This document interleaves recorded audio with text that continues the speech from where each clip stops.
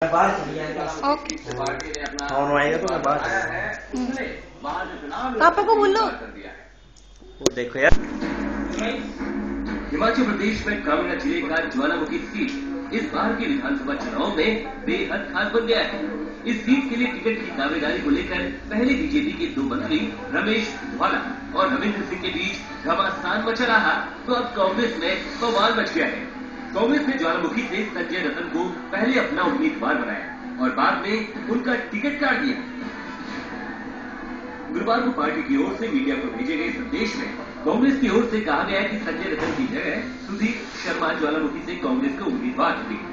सुधीर शर्मा को पहले धर्मशाला से टिकट दिया गया था। इस खबर के आने के बाद सुधीर शर्मा ने कांग्रेस आलाकमान के इस फैसले को मानने से साफ इनकार कर दिया और उन्होंने ऐलान कर दिया कि वो धर्मशाला सीट से ही चुनाव लड़ेंगे। पार्टी का एक मंच का है तो उसका आदर करता हूँ। उसमें मुझे जो है वो ज्वालामुखी से एक मान लिखी समझा है कि मैं वहां से चुनाव लड़ूंगा, लेकिन मैं धर्मशाला ये निर्णय लेकर के आया था कि मैं यहीं से चुनाव लड़ूंगा और मैंने कल भी कहा था कि मैं यहीं पे रहूंगा। तो ज्वालामुखी से मैं चुनाव नहीं लड़ूंगा।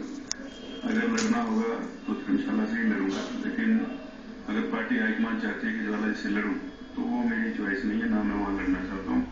कांग्रेस की ओर से मीडिया को भेजे गए संदेश में ये जानकारी दी गई है कि धर्मशाला सीट से सुधीर शर्मा की जगह अब मनोज कुमार चुनाव लड़ेंगे और सुधीर शर्मा ज्वालामुखी सीट से पार्टी के उम्मीदवार होंगे। कांग्रेस के संदेश से साफ हो जाता है कि ज्वालामुखी सीट से संजय रतन का पत्ता साफ हो गया है।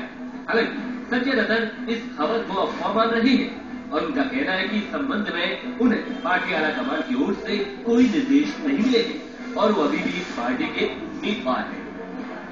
बहुत बड़ी अफवाह जो है वो फैल गई कि संजय रतन का टिकट कट गया और सुधीर शर्मा जी को है ज्वालामुखी भेज गए। मैंने कहा मुझे कुछ पता नहीं है, मैं तो अपने दूर दराज के केंद्र क्षेत्र में काम कर रहा हूं। अगर कोई ऐसी बात होती तो प्रदेश कांग्रेस की तरफ से या अखिल भारतीय कांग्रेस की तरफ से मुझे भी तो कोई सूचना मिलती और मैं ही कांग्रेस पार्टी की तरफ से यहां से चुनाव लड़ूंगा। बीजेपी ने जहां ज्वालामुखी सीट पर दावेदारों में चल रही लड़ाई को खत्म करते हुए रमेश धवाला को पार्टी का टिकट दे दिया और रविंद्र सिंह को देहरा से उम्मीदवार बनाकर शांत कर लिया। वही कांग्रेस की मुश्किल ज्वालामुखी सीट को लेकर खत्म नहीं हुई है बल्कि शुरू हुई है।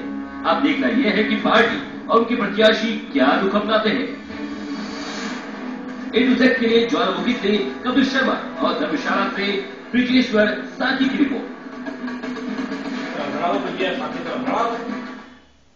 बड़ी मुसीबत कहीं ना कहीं ज्वालामुखी नहीं लेना चाहते, वहां से प्रत्याशी नहीं बनना चाहते, धर्मशाला से उनकी प्रत्याशी बनने की इच्छा है। उनका साफ तौर पर यही कहना है कि अगर वो ज्वालामुखी से लड़ाई भी जाते हैं तो उनकी इच्छा नहीं है, पार्टी की इच्छा भले हो सकती है, लेकिन वो चाहते हैं कि वो धर्मशाला से ही चुनाव मैदान में उतरे। तो एक छोटा सा ब्रेक यहाँ पर लेते हैं और भी विधानसभा चुनाव से जुड़ी तमाम हलचलों पर हमारी नजर बनी रहेगी। छोटे से ब्रेक के बाद